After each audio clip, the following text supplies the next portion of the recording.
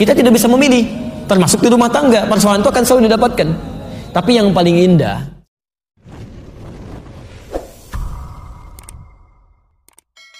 pertama begini, kehidupan itu termasuk di rumah tangga tidak akan sunyi dari masalah.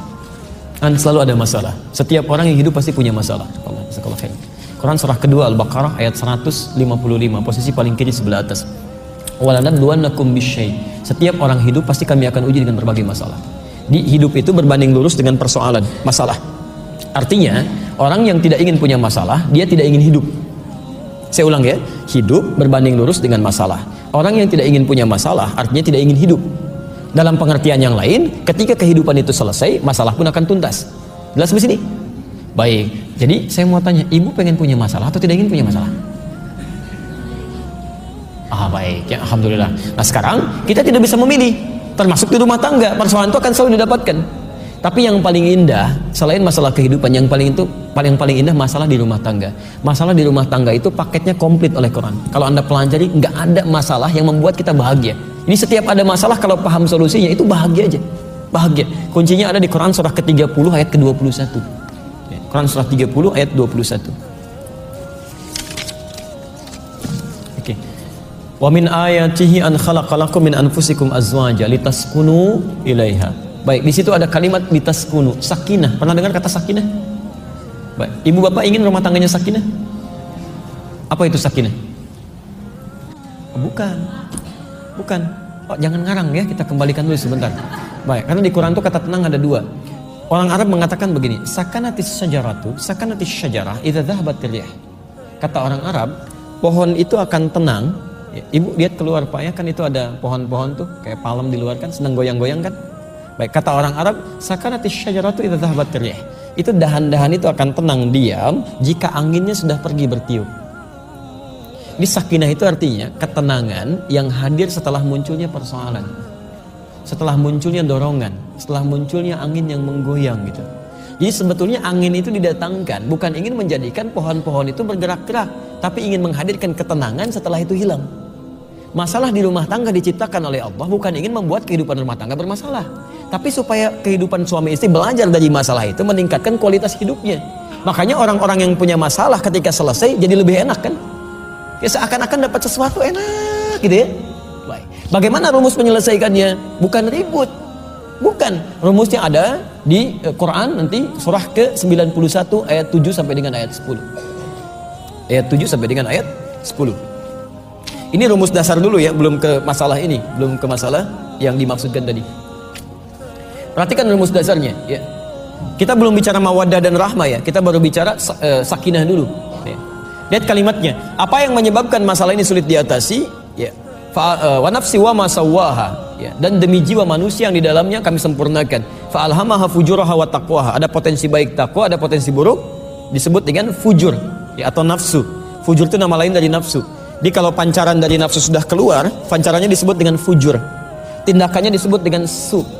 Misal dari nafsu dikatakan kamu marah merambat pada tangan. Ini disebut fujur, rambatannya. Ketika mukul begini, itu su namanya. Marah masuk misalnya ke mata, rambatannya disebut fujur. Kalau sedang melotot disebut su. Jamaknya sayyiat ya. Oke, sekarang perhatikan. Sifat buruk, nafsu, fujur diciptakan oleh Allah bukan ingin membuat orang jadi buruk. Masalah diciptakan oleh Allah bukan ingin menjadikan kehidupan orang bermasalah, tapi supaya melatih sifat-sifat takwa yang baik itu muncul. Makanya setiap bapak ibu menemukan sifat baik akan selalu ada lawannya yang buruk. Jujur itu takwa, punya lawan namanya bohong. Ingat ya, jujur itu takwa, bohong itu fujur, buruk. Sabar itu takwa, marah itu fujur. Rendah hati, tawadhu itu takwa, sombong itu sifat fujur, nafsu. Nah, marah diciptakan bukan ingin membuat seseorang jadi pemarah, tapi ingin melatih sifat sabar supaya muncul. Sebab kalau nggak ada marah, nggak akan ketahuan sabar. Kalau tidak ada sifat bohong, tidak akan diketahui jujur, nggak akan tampak. Kalau nggak ada sombong, nggak akan kelihatan tawadhu. Jadi ketika ibu menemukan marah pada suami, sifat marah itu dititipkan pada suami bukan ingin menjadikan suami pemarah, tapi supaya kesabaran dalam diri ibu itu terlatih. Berbahagialah kalau sedang suami marah-marah. Itu latihan supaya sabar itu muncul. Jelas ya? Tapi kalau marah berlebihan itu jadi masalah gitu kan? Apa yang harus diseimbangkan di situ? Nah, cara gampangnya begini. Kalau Anda menemukan sesuatu yang buruk, cepat cari lawannya yang baik. Jangan respon dengan keburukan lagi. Gak akan selesai masalahnya. Misal, Bapak lihat istri cemberut. Pulang ke rumah cemberut. Gak ngenakin lagi misalkan. Nah, jangan dibalas dengan yang sama. Apa lawan cemberut? Senyum. Selesai apa masalah? Begitu datang, Assalamualaikum. Senyum. Kenapa? Kayaknya kenal. Itu kan selesai. Pelan-pelan itu kan. Apalagi kalau sama mawaddah. Mawaddah itu dari kata wud. Wud itu sifat kasih dalam bentuk materi. Ya, cemberut, Anda senyum, bawa bunga, selesai. Cuman satu, metik di luar lagi gitu kan. Jadi ada kebaikan-kebaikan di situ hadir. Sebenarnya sederhana. Anda lawan lagi dengan yang sama, nggak akan ketemu di situ. Ya, maaf, cemberut lawannya senyum. Anda nggak cari lawannya, tapi disamakan di situ. Cemberut lagi. Apalagi nanya dengan perasaan yang tidak menyenangkan, respon yang tidak enak. Kenapa kamu? Emang kenapa? Nggak akan nyambung di sini. Jadi nggak sama gitu kan? Di masalah apapun, ini masalah sedang kontra kan? Kontra tidak ngenakin kan? Dia bela-bela sesuatu tertentu. Begitu dia marah, ibu tenang aja dulu. Begitu sudah diam, tanyakan dengan yang logis. Sederhana, pelan-pelan. Ya, masya Allah, Pak, anak kita aja dijelek-jelekin orang, kita bisa marah. Kenapa kitab suci Allah ya, yang iman kita dipersoalkan, kita diam saja? Ya, diskusi aja ngeringan-ringan dulu. Kamu belum sampai kepada ilmunya. Memang Bapak ilmunya tinggi Pak ya. Pelan-pelan aja dulu, nanti pelan-pelan kita doakan lagi, masuk lagi. Jadi kalau nyari keributan sama-sama nggak enak pada ujungnya. Cari terus berdoa kepada Allah supaya dia dapat pencerahan, kan? Mungkin bisa mendengar yang baik-baik. Tidak sedikit orang berubah jadi baik ketika dihadapan pada kelembutan-kelembutan itu. Ya. Kalau ada orang-orang yang belum mendekat kepada jalan Allah, belum baik dalam kehidupannya, maka perintah Qurannya ud'u ila sabili rabbika bil hikmah. Ajaklah setiap orang ke jalan Tuhanmu itu dengan hikmah. Masya Allah. Ternyata nasihat itu nomor 2 Pak, Bu. Seringkali orang ingin meluruskan orang lain, itu lebih mendahulukan nasihat. Padahal urutannya nomor 2. Wal mau'izatil hasanah. Baru mau'izah hasanah, nasihat yang kedua. Berdebat itu yang ketiga. Awas hati-hati itu ya. Ada orang yang ingin mengajak, sudah ngajak debat duluan, itu sudah salah. Keluar dari manhaj. Ya. Pertama hikmah. Hikmah itu bahasa paling mudahnya kesesuaian antara sifat ajakan dengan objek yang diajak. Kesesuaian antara sifat ajakan dengan objek yang diajak. Jadi misal begini, ibu istri gitu kan, ingin mengajak kepada suami kebaikan. Nah, begitu ibu ingin mengajak, ibu harus lihat dulu. Ya, pertama, sifat suami seperti apa? Yang kira-kira kalau menerima sesuatu mudah untuk mendapatkan itu. Ya. Misal kita mulai dari sifat dulu ya, sifat kedudukan.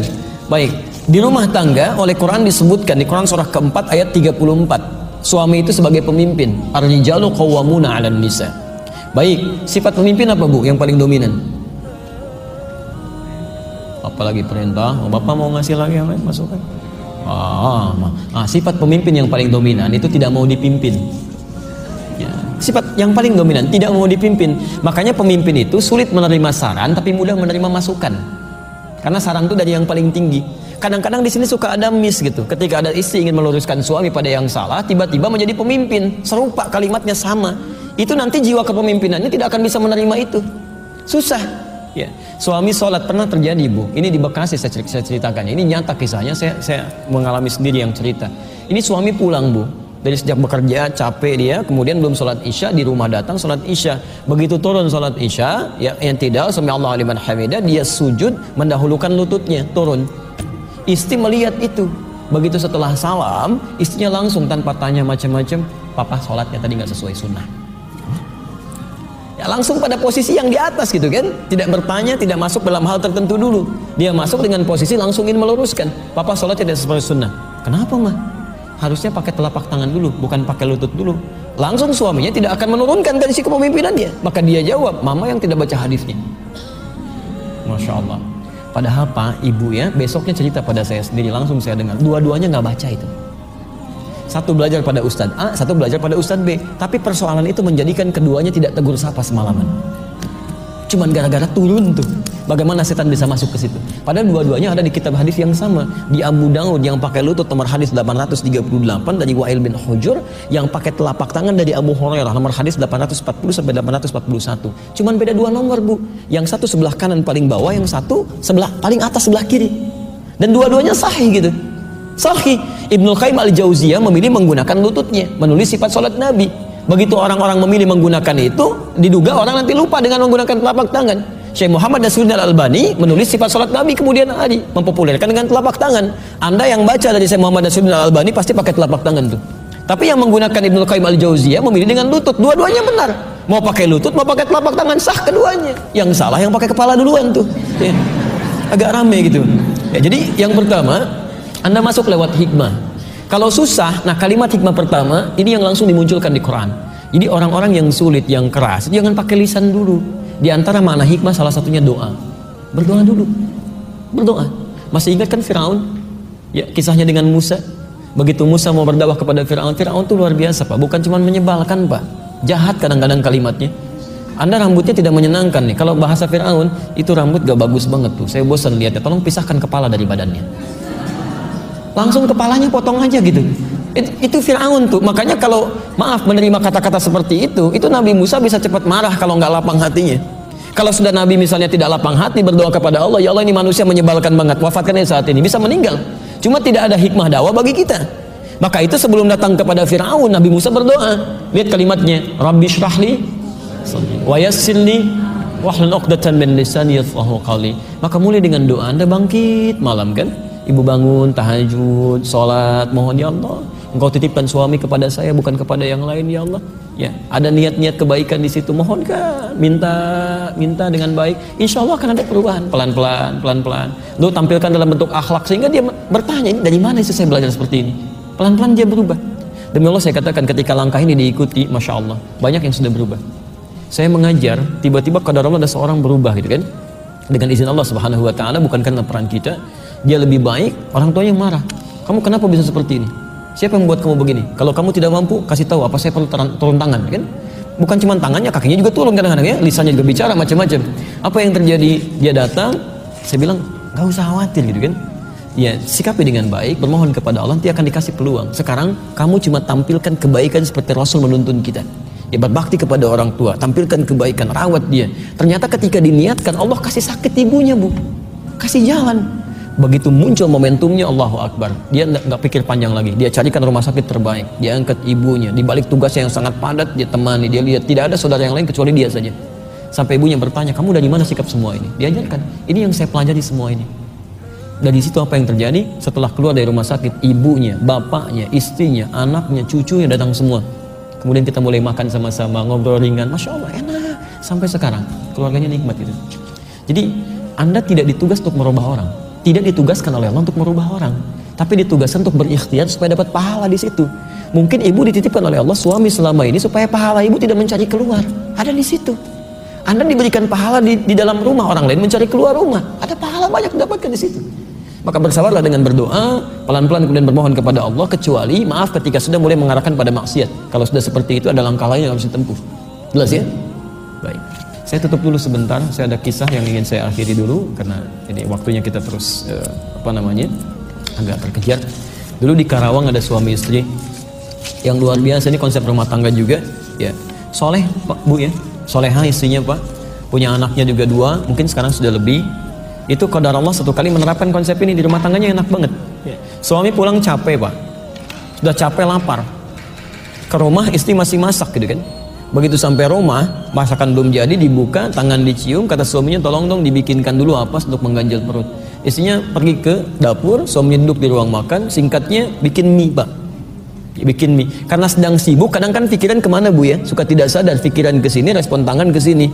Itu sayur dengan bikin mie. Garam mulai disendok 1 sendok, lupa dimasukin ke mangkok mie. Mie dengan garam 1 sendok, itu kan diputar. Sudah selesai, istri menduga sudah selesai, baktinya dihidangkan pada suami. Bapak sedang capek, lapar, dihidangkan mie plus garam 1 sendok. Baik. Dalam situasi itu apa yang Anda lakukan? Ibu nggak usah jawab. Poin di sini, lihat bagaimana beliau menerapkan rumusnya. Apa rasanya garam? Apa lawannya asin? Maka beliau memulai dengan kalimat-kalimat yang manis. Ma, ya Pak, sini sayang katanya. Sayang tuh ya, anak 2 rumah tangga, sini sayang. Ibu kalau dipanggil sayang oleh suami bagaimana perasaan? Usia 60 tahun ya, Ma, di sini sayang. Ada nilai kan dalam jiwa kan? Jadi begitu dia datang, duduk, Sini duduk samping papa, lama rasanya nggak makan berdua nih. Lebih manis dari yang pertama. Istri senang, tapi belum selesai. Lihat kalimat ketiga, ini puncaknya. Sini papa suapin. Luar biasa ya. Ini nyata loh Pak. Sini papa suapin kan. Ini kan keadaan bahagia kan. Masya Allah, istri sudah menunggu, sudah mulai mangap, sendokan dikeluarkan. Begitu dimasukin sadar ada yang salah di situ. Tidak tertawa, tapi kemudian istrinya sujud ke bawah, dicium kaki suaminya, menangis di situ. Maafkan mama Pak. Apa jawab suaminya? Suaminya malah tidak merespon dengan yang tidak wajar. Kata suaminya, enggak, jangan begitu Mas, bangun. Papa kan cuma katakan lama kita nggak makan berdua kan ya. Nah tahu apa yang terjadi? Setelah itu laparnya hilang, capeknya hilang, keduanya masak berdua di dapur. Jadi gara-gara garam asin, cinta bersemi dengan lebih manis gitu. Sederhana gitu kan. Jadi jangan sampai ada persoalan. Yang punya masalah orang lain, kenapa yang ribut Anda?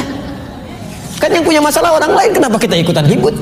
Kita hanya menuntut sesuatu sesuai dengan asas keadilan. Jadi jangan sampai orang lain punya masalah, dampaknya ke kita malah pada ribut kan? Kan capek hidupnya. Sekira itu ya.